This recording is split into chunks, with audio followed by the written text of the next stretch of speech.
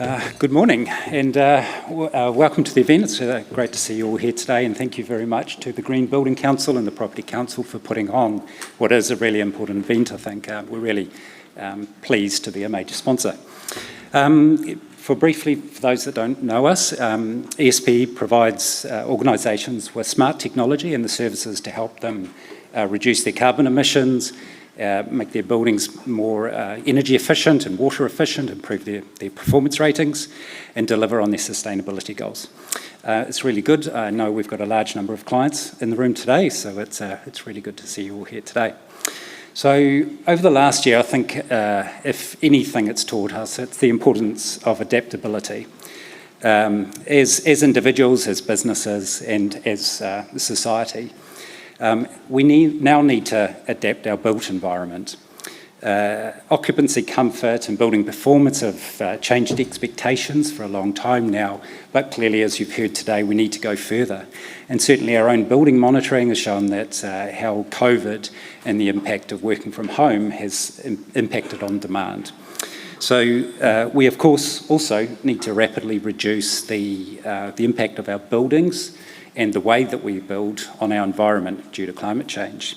So it's my pleasure today to introduce three people who are advocating and working in and on the sector in an area that we at ESP are very passionate about, and that's supporting Aotearoa's challenge to net zero carbon. So first up, there's Becky Lloyd, Chief Executive Toitu EnviroCare. Becky provides Toitu provides environmental programs and services to organisations in New Zealand and overseas. Toitu certifications give organisations the tools to reduce their carbon emissions and environmental impact. Becky's got a blue chip corporate background, a degree in mechanical engineering, an MBA from Columbia Business School in New York. Originally from the UK, Becky and her family are now New Zealand citizens, committed to supporting and protecting the restoration of the New Zealand environment. Second, Stephen Walter. He's joining us. Unfortunately, Joe Hendy couldn't make it. Stephen's General Manager, Emissions Budgets, Adaptation and Markets with the Climate Change Commission. He's worked in climate change since 2005 across both public and private sectors. Key achievements include leading policy work on New Zealand's 2050 targets and mitigation negotiations under the Paris Agreements. He holds a master's degree in climate change science and policy with distinction from Victoria University. And lastly, Graham Finley, who's chairman of Warren & Marnie. Warren & Marnie is a name most will be familiar with, and one, as an architect myself, I admire for having produced many great works over the years. Graham's a registered architect in New Zealand and the UK and has a passion for sustainable design.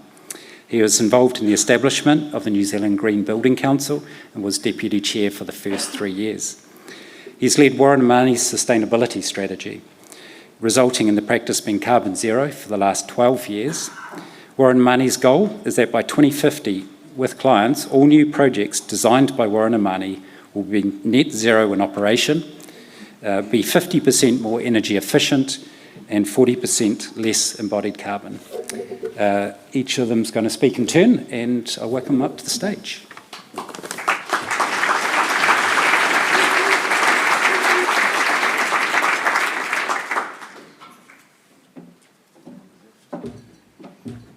Stage left.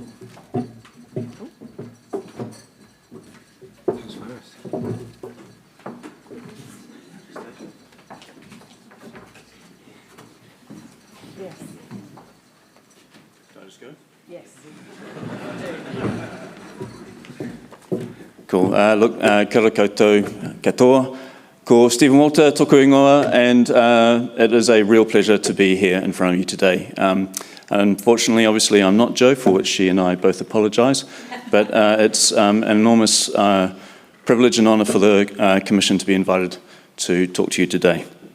It's been, well, the Commission staff suggested that I just talk a little bit about, briefly about my background. So I am new to the Commission. This is my third week. They said they were going to take it easy on me. So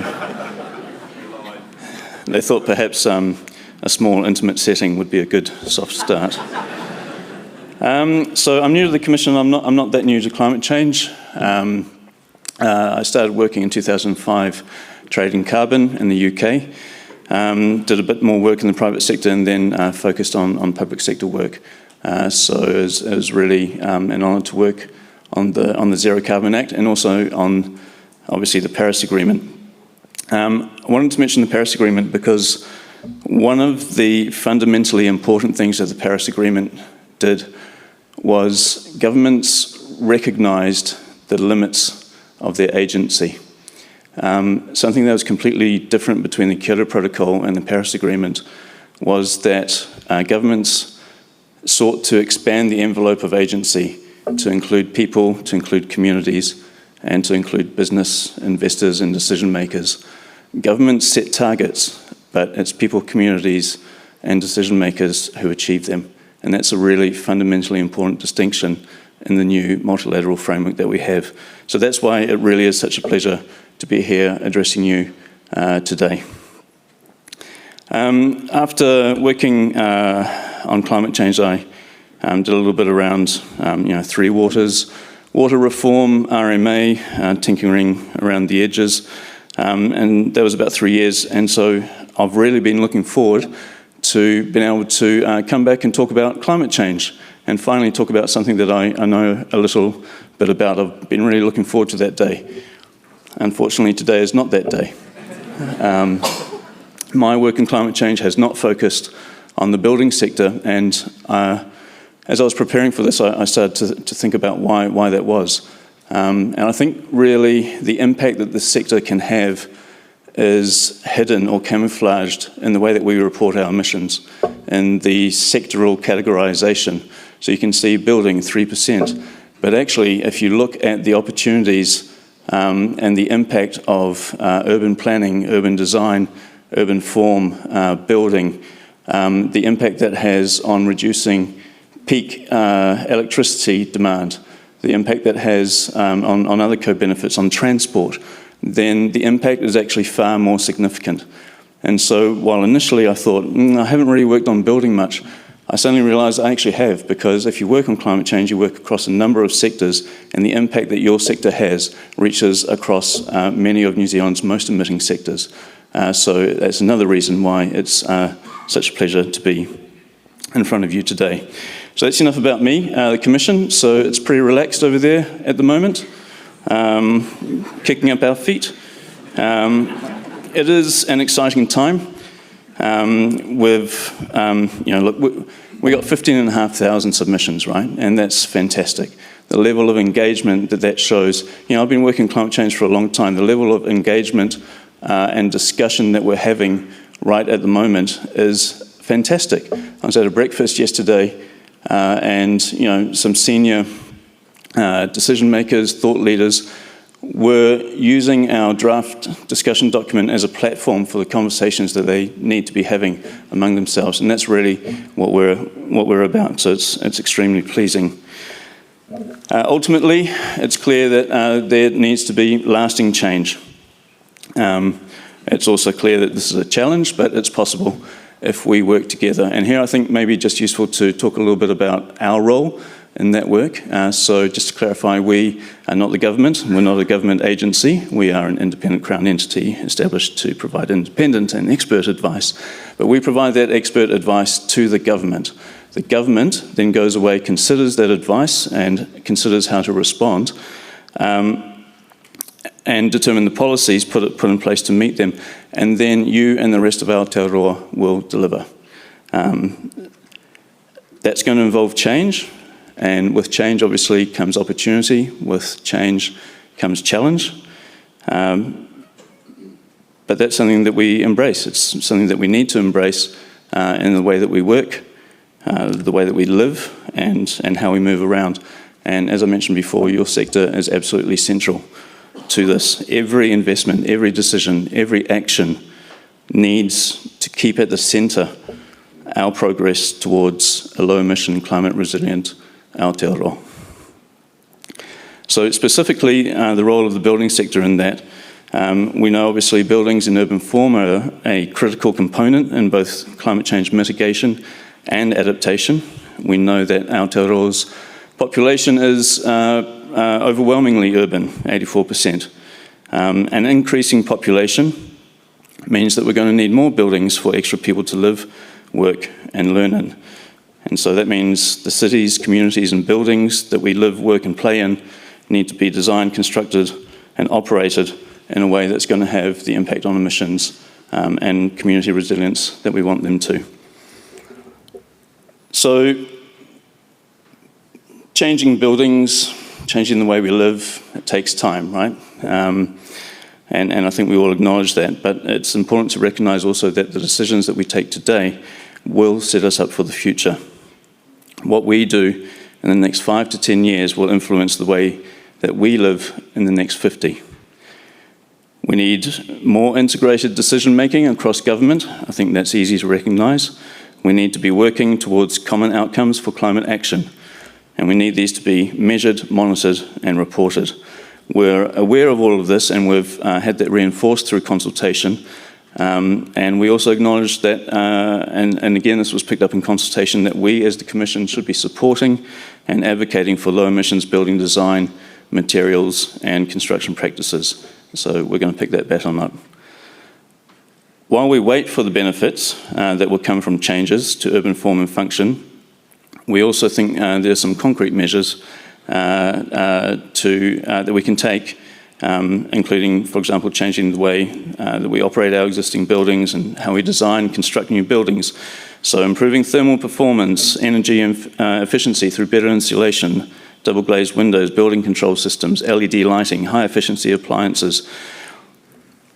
I was at a dinner last night recognising energy excellence, and again, harking back to the role that businesses can play and need to play. It was incredible to see the examples of innovation that were being deployed right across New Zealand. One of those examples was the Christchurch Airport, changing its heating system to an artesian heating water system. And that allowed the airport to move to carbon neutral across its systems. And that's incredible. Now, that's a retrofit, but for them to be able to achieve that is absolutely astonishing. And that's the kind of innovation that we look to your sector to provide leadership on. So I just mentioned retrofitting. So when we design something new or retrofit an existing structure, it's important to apply a climate change lens from the very beginning, with an eye not just to mitigation but also adaptation. And I think this also applies to facilitating a just transition. So I read recently that if we start from the outset to focus on accessibility to our buildings, then that's around 1% of the total build cost. If we look backwards and do that and retrofit it, it works out at about 20%. So percentages and numbers start to elude me, but I think that then becomes a 2,000% difference just by being forward-looking. And so it's the importance of this sector, not just in mitigation and adaptation, but also in ensuring increasing equity in our society. Now, all of this was clear through development of our draft advice and through consultation. I was also asked before coming here to thank you for your leadership through that engagement and consultation process. We have been immensely impressed and we really appreciate the quality of submissions made by your sector. It's these inputs that will strengthen the practicality and the quality of our final advice. We also received lots of feedback on buildings in urban form from people outside the sector. It's a hot topic, you're right at the centre of it. Some of the things we heard include need to consider embodied emissions in building, construction materials. I think I'm actually getting close to the end of my time, so if you want to listen to what we heard from you, you can either look back at your own submissions or else you can come and talk to me later. The point is, you said stuff and we heard it and we're incorporating it. So as I mentioned, a lot of that was reinforcing stuff that we'd already heard, and in part that was due to the advocacy from the sector and Andrew Eagles. So people like you and the leadership that you show in the sector and the engagement is much appreciated. So you've got a good advocate in Andrew. This is not the last time that we're going to provide this advice. In 2024, we'll come back and we'll advise on budgets leading out this time to 2040. So I'll see you then, 2024 or 2040.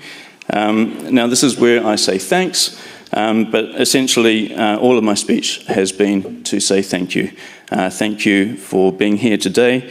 Thank you for inviting the Commission here. Thank you for engaging, for submitting, for the information you've provided. Thank you for embracing the challenges and the opportunities, and thank you for helping us to get to where we want to get to, a climate resilient, low emission Aotearoa New Zealand. Thank you.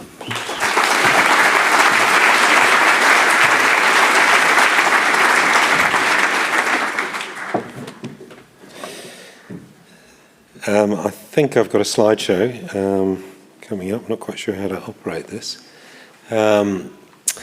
It's slightly unnerving actually sitting there for 20 minutes looking at the size of crowd we've got here today for this presentation. And so, sorry to Becky, who's actually got to wait for another 20 minutes or so. So just flicking through the slides, I'm not quite sure how to do this. So is there someone? The big triangle, green triangle. Oh, that would do it. Kind of obvious, actually. So my name's Graham Finley. I'm a director of an architecture company, Warren & Marnie. Over the last 15 years, we have grown from a Christchurch-based practice to now working in 7 countries with 7 studios. And I think at the moment we're about the 5th largest architectural practice in Australasia. I'm very proud to say that we've been certified carbon neutral for actually 14 of those 15 years. And I say that because I describe it in that way because I want to impress on the point that carbon neutrality is not a barrier to growth. It's, I think, actually representative of a thriving company focused on the future. Why did we do it? We did it because we could. We did it because we thought it was the right thing to do it, and it was actually that simple. Are we doing enough? No, we're not. And we know that. And are we perfect? We're far from it. We're actually just like everybody else in the room. We're on a journey. We're taking one step at a time. On the screen there are some goals we set for ourselves about a year or so ago. And the reason we did it is we do feel it's important for organisations like ours to actually make some sort of statement about the future, to guide our actions and guide our staff. We've recently started a process of talking with our clients about the importance of climate change to them. It's something we do reasonably regularly. But the change in their responses this year has been quite extraordinary. It's gone from responding to climate change is a corporate social responsibility, which would have been the response just 2 years ago, to that climate change is actually a business imperative. And I believe that we're at the start of a major transformation in our economy.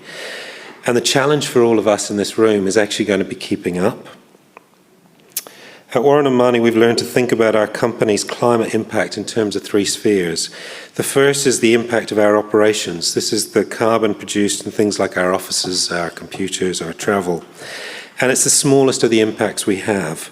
But these are decisions we can make ourselves. The second is about the buildings we design, and the positive impact we can have is substantially greater. But we can only do this with others. It's our clients, our consultants, and the contractors we work with have to be on the same journey. And the third is the most positive impact we could make of all, and we've only really begun to understand this, is the wider influence we can have in our industry and our cities. And I guess that's one of the reasons I'm here today. So, what does being carbon neutral mean for a consultancy firm like ours? Ultimately, carbon neutral certification means that when a client engages us to design a building, they can be confident that the carbon created in the design of that project has been offset and the net climate impact is neutral. To be clear, this is different from the carbon created to build the building and the carbon created to operate the building through its life. And I'll talk about these a little later on. Each year we measure our carbon emissions through our accounting system, and after the first year of setting it up, it's actually painless. Then we put together a plan of how we intend to reduce our emissions over the next year. And then we purchase carbon credits. It's actually that simple. But importantly, the process is independently audited each year by Toitu, formerly Carbon Zero. And one thing that's been important to us is selecting the carbon credits that we are investing in. And one of the things we tried to do is support native regeneration schemes, like the Hinawai Reserve on Banks Peninsula. It's something for us that is real, it's tangible, and it actually means something to our staff. So over the last 10 years, we've reduced our operational energy, or we've improved our operational energy efficiency by about 40%. And I'm not going to boast that that was an amazing feat. Actually, we were picking off low-hanging fruit and doing things that probably all of you are doing in your businesses. But the important thing is every year the challenge gets a little bit more difficult. About 4 years ago, we became a founding member of Zilch electric car share scheme, and we managed to get rid of some of our cars. We've introduced a single-use plastic-free policy in our studios. We started in one and we've taken it to all the other studios. It's not perfect, but it's made a bit of a difference. Our new studio in Auckland is a 6-star Green Star building. And on the back of this, we're going through our other studios and we're introducing the monitoring systems to allow ourselves to be rated under neighbours, so we can be a bit more formal about it. The chart on the screen now is the breakdown of our energy use just before COVID. And you see we got ourselves in a situation where air travel now is a massive problem for us. We've got 7 studios and travel is critical. However, we've learned a lot in the last year, and with all the travel restriction through COVID, somehow or other we've learned to work between our offices better than we've ever done before. And we're now doing more projects between offices than we've ever done. And so because of that, we've just set this year's budget and we've dramatically reduced our air travel budget on the basis that we think we can achieve the business and keep growing the business without as much air travel. And if we do what we've achieved, we're aiming to this year, we should have, by the end of the year, reduced or increased our operational energy efficiency by about 70% since we started the process. So what have we learned? The first thing about everything that's probably going to be talked about today is it's about culture, not technology. The biggest challenge in any of this is actually getting people on board. The next is aim for progress, not perfection. When it comes to the environment, protection should never be allowed to be a barrier for progress or just starting something new. Cost is absolutely not a major burden. We've got 300 staff, and the cost to offset last year was under $30,000, and that's including the auditing process. And then neutrality is not enough. It's only a stopgap. So the real challenge in this is actually reducing your carbon emissions each year and slowly getting more and more efficient. Look, I know we're not doing enough yet, and I know we're on a journey, and we are looking at our targets, and we're thinking we might get a bit more aggressive with them. But the reality is it is a journey, and it's just one step at a time. So in terms of buildings, there are 2 components to buildings, and there's a lot of confusion in the industry. Essentially, there is operational carbon, and there is embodied carbon. Operational carbon is the carbon used in the day-to-day operation of the building. Embodied carbon is the carbon used to create the building, extract the materials, and construct the building. And you can see on here, this is a Brand's calculation of currently what the balance is. But there's a couple of important things to see when you look at those figures, is that as our efficiency of operation improves every year, this figure is going to distort quite dramatically, and the 28% of embodied energy, percentage of the energy use of the building, is actually going to shift upwards quite dramatically. The other thing that you need to, and I need to impress on you, is you only get one chance to solve the embodied energy question, and that's when you build the building to start with. So in terms of, as designers, moving towards operational carbon neutral in your designs, there's a couple of sequential steps that we look at in our buildings. And the first and the most obvious is actually designing for energy efficiency. And we will always say that the use of Neighbours NZ and Green Star, they're great tools to guide the design teams. Almost all of our new projects are now considering one or the other, and that's a big change from a year ago. The other thing is that things are definitely ramping up right across this, and I'm absolutely amazed to think that right now we're designing our third 6-star Green Star building.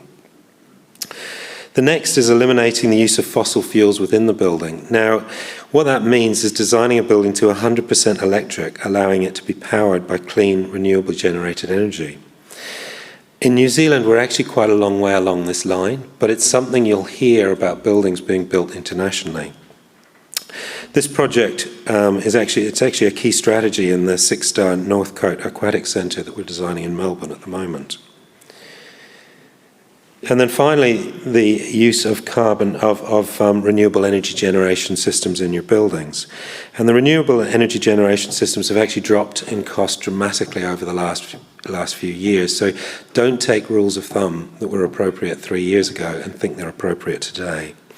This project for Ngāi Tahu uses a central energy system which is designed to provide energy for the whole city block. It actually uses two forms of renewable energy, photovoltaics and geothermal energy, which is effectively drawing heat from the aquifer below the city.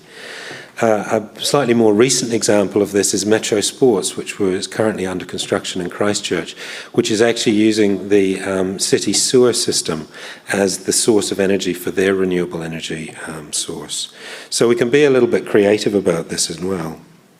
Once you've used all your capital budget in terms of optimizing the building and putting in whatever renewable systems that you can think of for the building, that's the point that you start thinking about the purchase of certified clean energy. And a particularly interesting option in this is the offering from some of the current energy providers to supply and install renewable energy generating systems into a building or campus on the basis that the building owner will commit to purchasing energy for 10 years or so, and at the end of that they'll own the infrastructure. This is actually occurring at Lincoln University, and they're getting rid of their coal-fired boilers and going carbon neutral, and we're involved in one of the first major projects on the campus since that was started. And photovoltaics provided and paid for by Meridian Energy are actually a major feature on the roofs and the north elevation of the building, where they provide a dual role of sunshades on the building, which you can see here. The final step to carbon neutrality in design is really then thinking about purchasing of carbon credits. And it's probably worth saying at this point, my understanding of the government carbon neutral program is that in only 4 years' time, government's departments will need to purchase offsets for their operational carbon. Now, for everyone in this room who leases buildings or is designing buildings to lease to the government, this is going to have a significant effect. It's bound to have a significant effect on their leasing decisions. So moving on to the other side of the equation, embodied carbon. Embodied carbon is the carbon used, as I said before, to extract the materials, to create the materials and to construct the building. It's a little bit more complex because the data and the benchmarks are still being developed in New Zealand. But on the positive side, the technology is actually here. This is actually a printout that we're able to do for any of our new buildings, which are based on Revit. And it can give an up-to-date reading of actually the carbon, embodied carbon in the building as we're designing it. Everyone struggles a little bit with embodied carbon. What does it mean? What are these kind of numbers? And so I just did this little benchmark, and there's a couple of great websites. One is Tane's Trees, which is a New Zealand one, which does a little calculation for you. And another one is the American EPA website, which has a calculator as well. So using that, 1,000 metres squared of office building built in New Zealand would be about the same, or you'd have to offset about 3.6 hectares of native forest, or it's equivalent to about 239 vehicles on the road for a year. So just to get your head in the right space. Now, I'm not going to say we're experts in terms of designing for low embodied carbon. It's really too early to be saying that anyone is. But we have learned a few things and are beginning to understand a few basic steps. The first, waste less, use less. It's almost too easy to state, but it needs to be. Lighter, smaller, more efficient.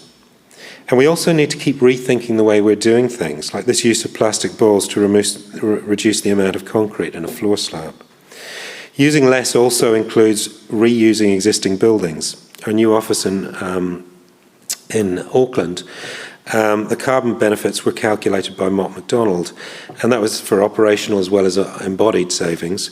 But I'm reliably informed that equates to 975 metres cubed of coal being burnt. So if we're trying to put a picture around some of these figures.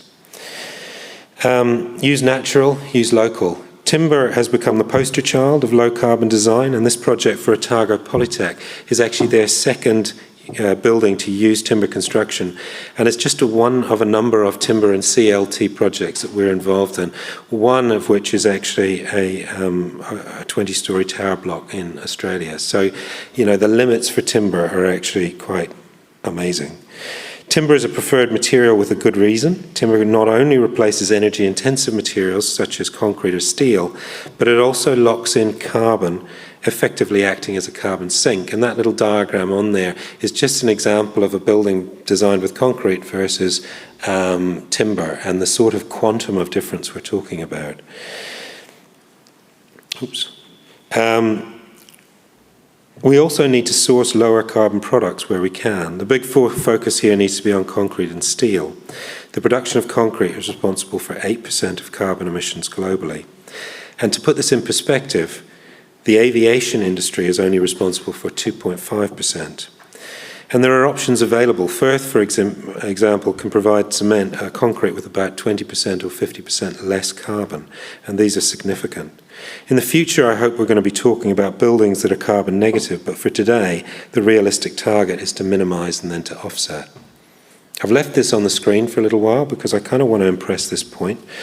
When I was preparing for this talk, I did a little bit of calculation, and in the last 2 years, and mostly in the last 6 months, countries representing 2/3 of the global economy have set targets for carbon to be carbon neutral by 2050, or in the case of China, by 2060. And I just want everyone just to think about what that might mean. What that means is in the next 30 years, more than 67% of the world economy has effectively committed to transforming their energy generation systems, transforming their transport systems, redesigning their energy-using appliances, reinventing the way they manufacture, and transforming the way they design their homes and buildings. Too many people see climate change and their approach to climate change is one of risk. And they absolutely appear to be blind to the opportunity. This is possibly the most amazing economic opportunity we will ever see in our lifetime, and perhaps many lifetimes. But the risks are real. And from my perspective, the risk is slightly different to what most people think. I believe the risk now is that we need to be thinking ahead and anticipating change more than we ever have done before. I think the real risk and the biggest risk of building developers and their design teams is actually being too short-sighted, not anticipating the sheer scale and the pace of the change ahead. Society's measure of what is acceptable is changing incredibly fast as well.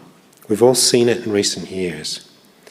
Our clients and our design teams need to be thinking about the market not when we're designing the building, not now, but in 5 years' time, in 10 years' time, in 15 years' time, when the global economy is halfway through its transformation to carbon neutrality, and when businesses are trying desperately to remain relevant to Greta's generation. In the light of this, when we're designing our buildings, we need to ask ourselves this simple question, and this has come from a marketer. And I think it says it all. you could say, in future, will business want their brand on my building? You could actually say, if you're building a building for yourself, in future, will I want my brand on my building? In the light of this, we need to consider where we are in the equation, and the time for sitting on the fence is over. Globally, in the last 6 months, the world has changed. So I ask this one question: who will create the IP? Who will own the knowledge? Who will build the tools? Who will invent the products? And who will design the seminal buildings of this new low-carbon age?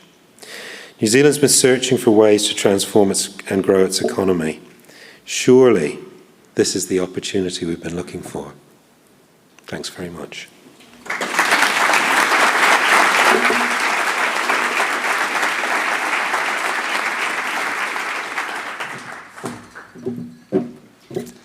Thank you, Graham. That was pretty awesome. I would say the worst thing about sitting here and looking at the size of the crowd, which is amazing, is having to follow Graham. But what a fantastic talk, very inspiring. Kia koto ko Becky Lloyd, tōku ingoa, kei toitu invarake aho e mahiana, nō reira tēnā tātou katoa. I'm Becky. I'm the Chief Executive of Toitu Envirocare. I've been in this role for about 18 months, and prior to this, I have had some exposure to the building and construction sector. I was Chief Marketing Officer for Fletcher Building for a little while, and then General Manager of Humes. And as Graham said, concrete and steel, not great from an emissions perspective, 8% of global emissions. And that was really where I had my, my epiphany of realising that we seriously needed to do something different if we wanted to transform the way we operate our building and construction sector. So, as I say, I'm Chief Executive of Toitu Envirocare. What we do, as Graham has articulated beautifully, is we help organisations to measure, manage, reduce and offset their carbon emissions and make credible, certifiable claims on that basis. So I'm going to talk to you a little bit about going carbon zero. Graham's given you some really great examples, and I'll go into a little bit more detail in some areas. So what does it actually mean to be carbon zero? And again, Graham sort of alluded to this. Really, the starting point needs to be, what's your why? Why does it matter to you and your organisation? And I've got some examples here of different organisations, both within New Zealand and globally, that are taking serious action. So first off, on the top left there, you'll see the Emirates Team New Zealand America's Cup boat. I'm sure most of the people in the room will recognise that. You may have seen some advertising that was run at the same time by the Warehouse Group. The Warehouse Group partnered with Emirates Team New Zealand to support them to run a carbon neutral, carbon zero campaign for the America's Cup. So what that entailed was they worked with us to measure the footprint associated with the entire Team New Zealand campaign, and then offset that with high-quality, credible offsets.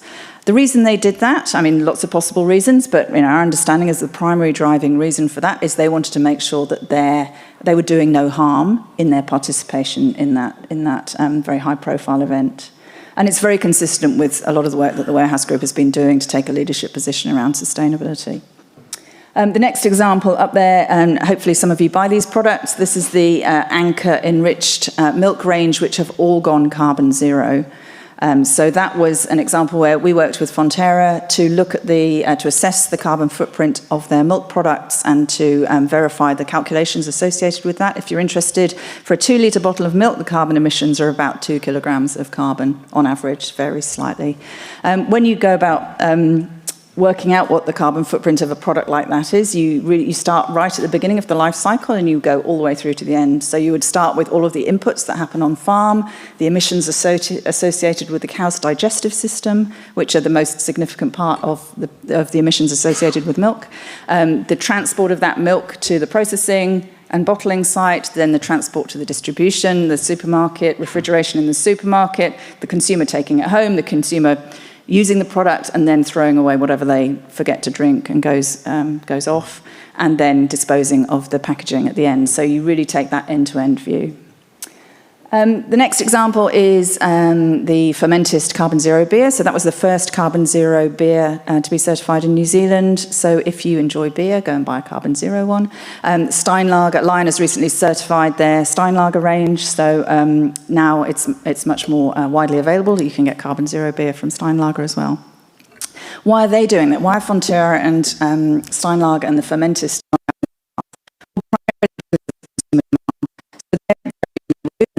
that their buyers, their consumers want to buy a product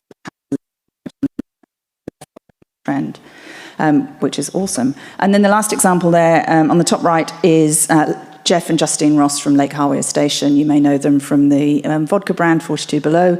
They now farm a regenerative station on Lake Harwia. It's absolutely stunning, and they produce merino wool.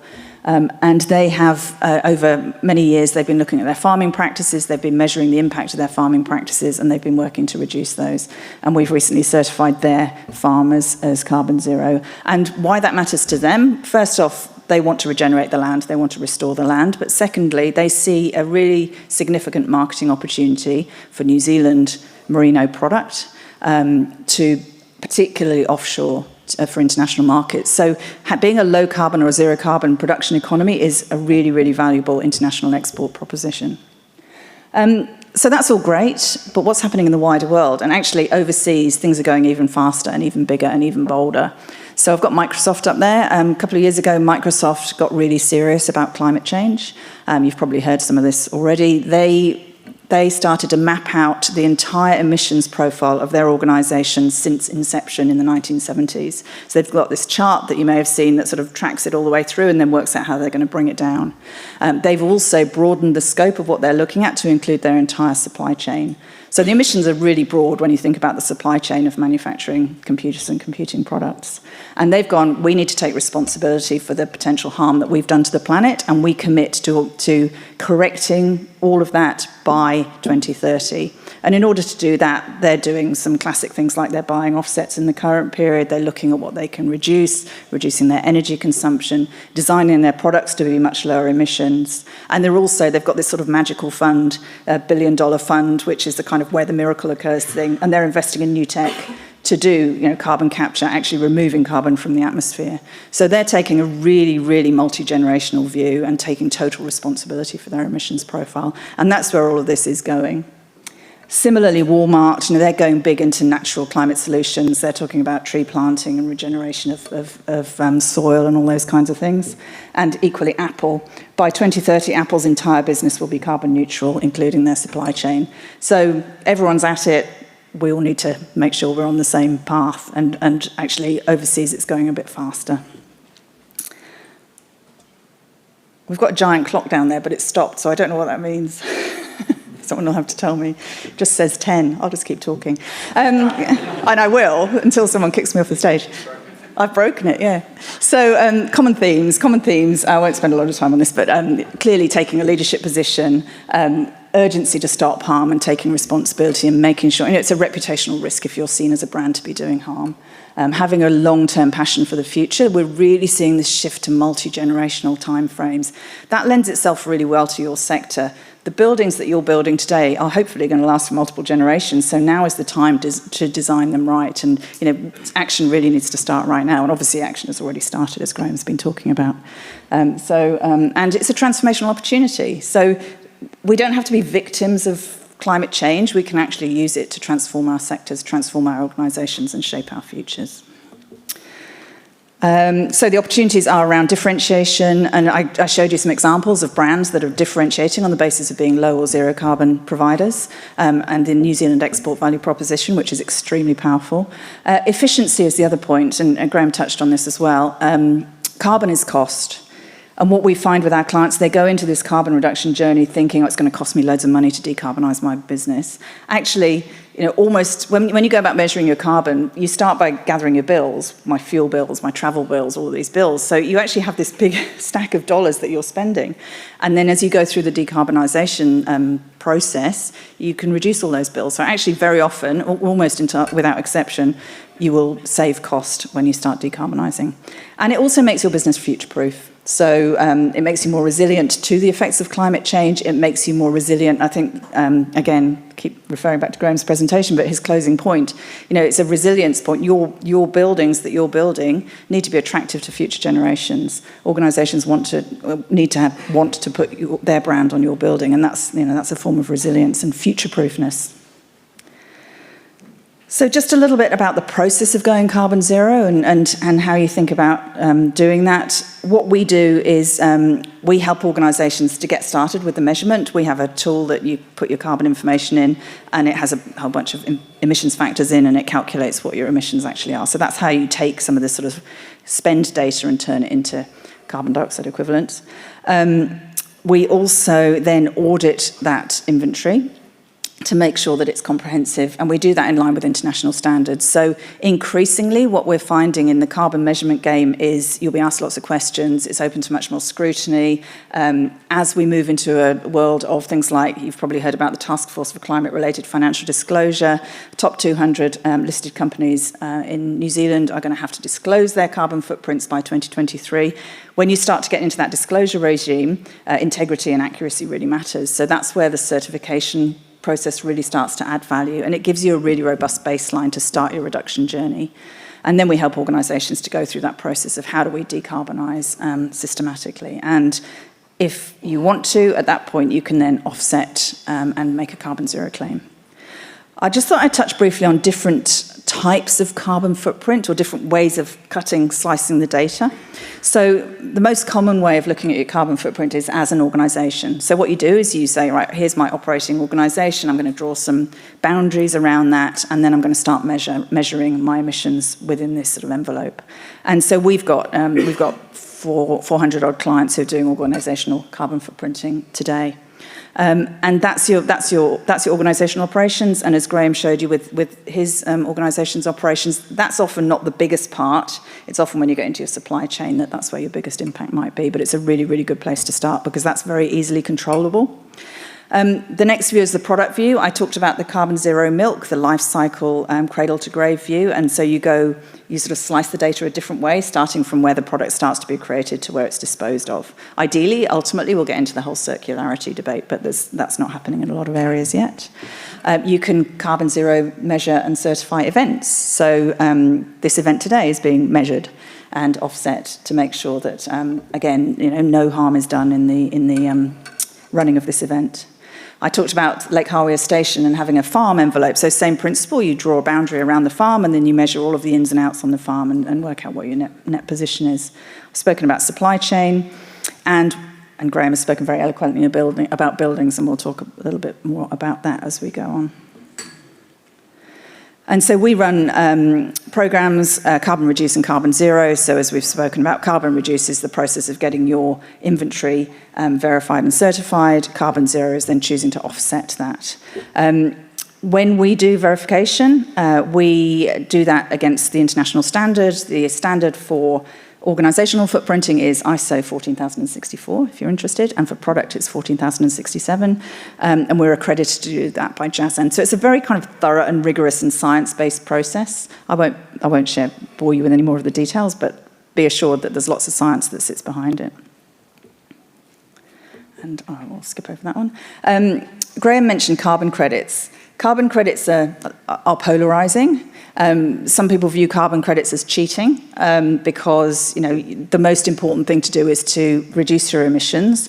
We think carbon credits play a role, and they play a role once you've reduced as much as you can reduce, and you want to make sure that in any given period of time you've neutralised your impact. Carbon credits are real.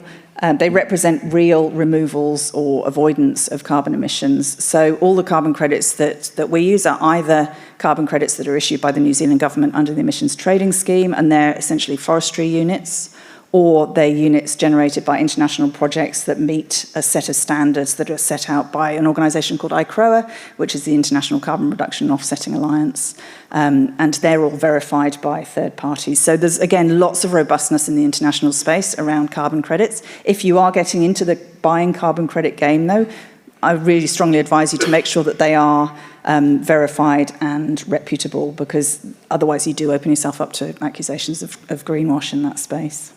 But what I would say is carbon credits play a really important role, particularly in channeling funds into decarbonisation activities where they wouldn't otherwise happen. So in New Zealand context, that might be reforestation of natives. In international context, that might be funding renewable energy projects in India, for example. So it's a way of channeling money from developed countries to developing countries to help them to decarbonise their economies faster.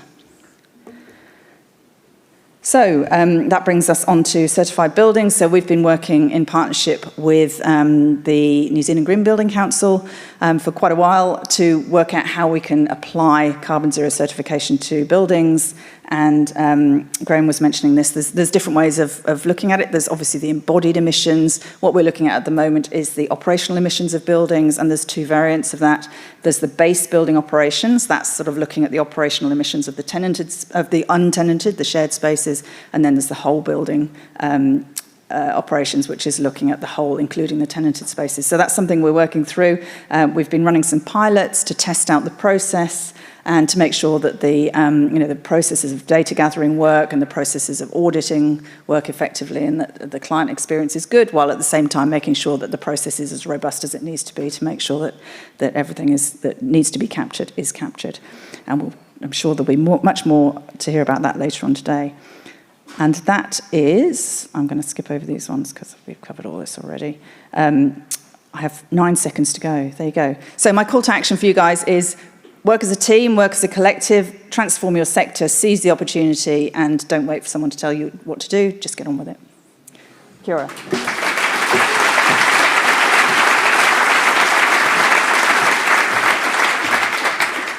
Thank you very much, Stephen, Graham and Becky. And a special shout out to Stephen, I think. 3 weeks on the job and then stepping into a room of 450 people is no small achievement. There's a lot of questions that have come through via Slido, so we'll try and get through as many of them as we can in the time that we've got. And there's quite a few around the issue of carbon credits. So maybe, Becky, if we start there. Are there enough carbon credits for all these carbon neutral buildings? I think the bigger question is, are there enough carbon credits for this carbon neutral government programme? That's the biggie. And that's a really hot topic at the moment. I mean, yes, there are enough carbon credits if you're willing to go offshore and participate in some of these international projects. There are some brands that would prefer to invest their offsetting budgets in New Zealand, and that's a debate that we have quite often with our clients. What happens quite often is that they end up going, well, we'll do 50-50 New Zealand, 50-50, or 50% New Zealand, 50% in offshore projects. As I said, and the reason I sort of emphasise the point that it's important to understand that one of the reasons that the carbon credit construct exists is to channel funds, and particularly under the Paris Agreement, it's about channeling these funds into the less developed economies. So you may have heard the argument that, the middle classes of India and China and so on, they're almost saying, oh, it's not fair. You more developed countries, you had your prime peak consumption period, you lived the dream for a while, and we don't get to do that because you're saying we have to decarbonise. So it's almost it's a moral compensation for that. So it's quite complex when you sort of unpick all of those layers. So in a short answer, yes, there are, but they'll be international as well as domestic. On a similar note, someone wanted to ask why Warren and Marnie buys offsets from New Zealand as opposed to looking overseas. Did you want to answer that one, Graham? Yeah, look, we purchase both. Basically, we purchase both because we haven't been able to get enough in New Zealand that we would like to purchase. So, I would say if people have land around the major cities of New Zealand, those would be incredibly desirable credits if they're being regenerated. But yeah. Plant natives. Right now. Go and plant some trees. What was that, sorry? Plant natives. Yeah. Right. If you've got land, plant natives. Well, I guess continuing on this theme, how do we address the conflict of the increased need for timber as a low-carbon building product with the need for trees to absorb the carbon? Anyone have any thoughts? Well, I'm not sure that those two outcomes are necessarily mutually exclusive, right? So if you are managing your carbon stock well, and I think there is also a point to consider around making sure that we're not planting trees on our last few pieces of highly productive land. So there are a few nuances to capture in there. But if you've got a good solid stock of carbon, the average of that stays for a long time. And so you have the harvesting cycle, and that harvesting cycle also produces the timber or the feedstock for the structural timber that you need in the building industry. Graham, there's a question here, I guess from a design perspective. Do glass buildings have a place in a low-carbon future, and how can the design community help the property sector with that challenge? Look, I think we're going to find that pure glass facaded buildings are going to evolve. And I think actually New Zealand and Australia have been a little bit slow in this change. So if you're looking in Europe, you'll find that there are regulations which is controlling the amount of glass that you can have in buildings versus insulation. So I think we are going to see a change in that, and we'll learn to see what that means for our buildings.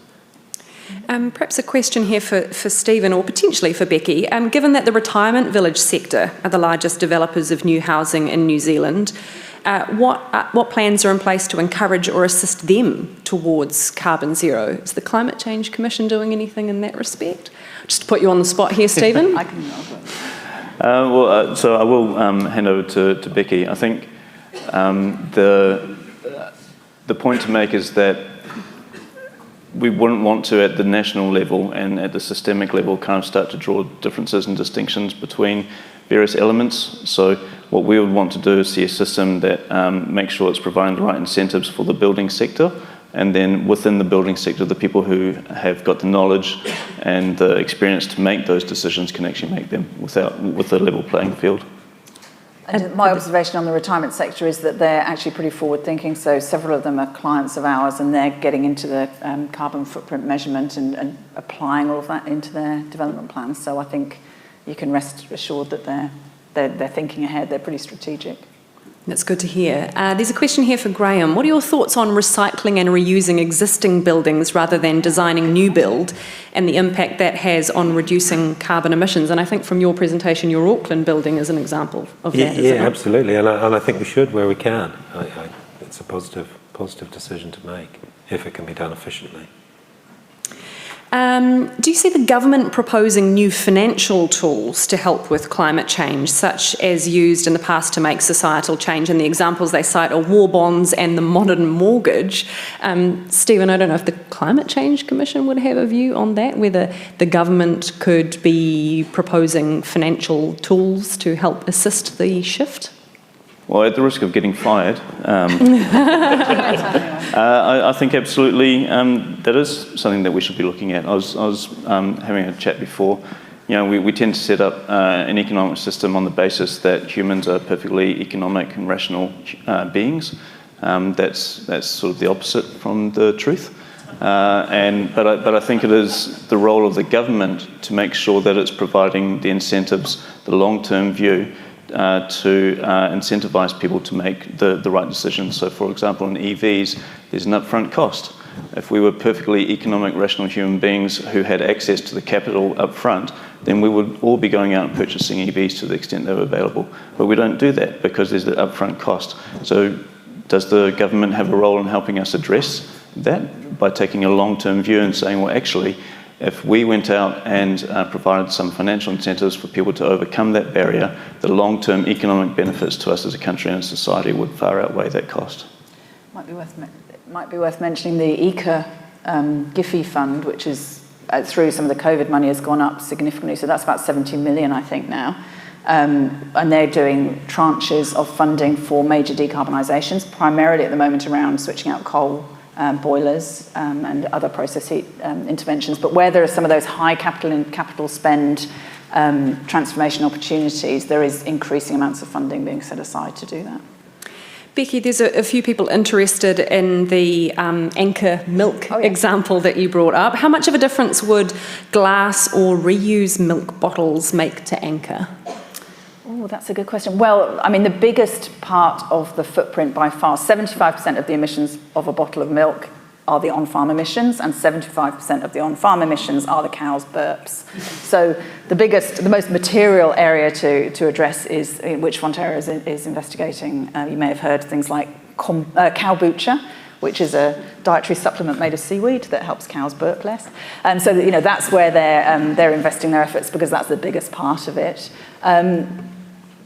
Yeah, there's trade-offs in terms of packaging, because glass bottles are heavier, so you get more freight costs, but then that might be offset by lower production costs. So you actually have to, that's why you do the whole life cycle analysis, to understand all of the optionality that exists around that. But those, you sort of have to go and assess each one in turn. And if they can do it for their milk, can they do it for the entire Fonterra operation? I'm sure they can.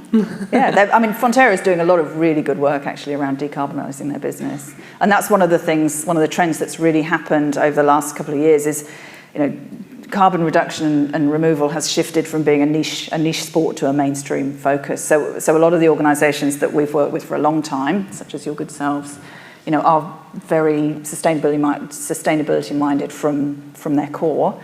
But now it's becoming a mainstream activity. So a lot of organisations that have, actually have some quite intractable problems, like Humes, where I used to work, are having to really look seriously at how do they structurally transform and decarbonise their businesses. Look, there are so many questions. I wish we could talk for longer, but we are out of time. So please put your hands together for our panel, Stephen, Graham and Becky.